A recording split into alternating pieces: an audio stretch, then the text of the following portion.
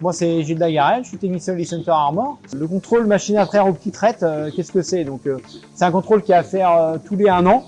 Donc on contrôle la machine, on contrôle les fuites, les régulations, les pertes de régulation, on contrôle la pompe, si la pompe est toujours dans les normes, on contrôle que la machine fonctionne en fait correctement.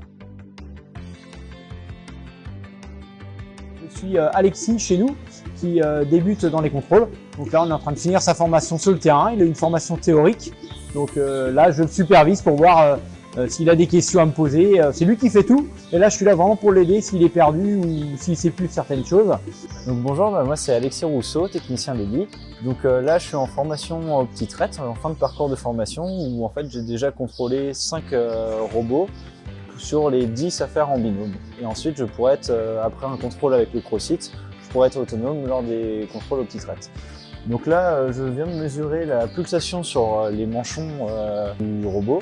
Ce qui permet en fait de régler les phases d'ouverture et de fermeture des manchons et pouvoir gérer justement les temps de massage et d'aspiration du lait sur la vache. Donc on commence généralement, on fait d'abord des essais de régulation en pause et dépose. Donc c'est quand on branche la vache ou quand elle se débranche d'elle-même en donnant un coup de pied par exemple. Et donc on contrôle que la machine réagit bien. Après on va faire ce qu'on appelle les tests de vide. On va voir que le vide demandé est bien le bon vide partout au niveau des tuyaux. Ensuite, on va créer des fuites volontairement pour voir comment réagit la pompe, pour voir si la pompe a les bonnes capacités. Et ensuite, on va tester également sans système de régulation, pour voir que là, tout est toujours bien.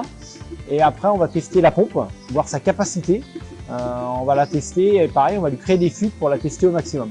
On va également contrôler la pulsation, les phases de massage, si elles sont bonnes, si elles sont bien dans les normes. Et après, on va contrôler également ce qu'on appelle les débits de tuyaux. Donc là, on va contrôler que le lait est évacué à la bonne vitesse. Donc, il y a un minimum de vitesse pour éviter les congestions au niveau des vaches. Donc pour faire les contrôles machine à traire, donc les contrôles OptiTraite, il faut suivre une formation.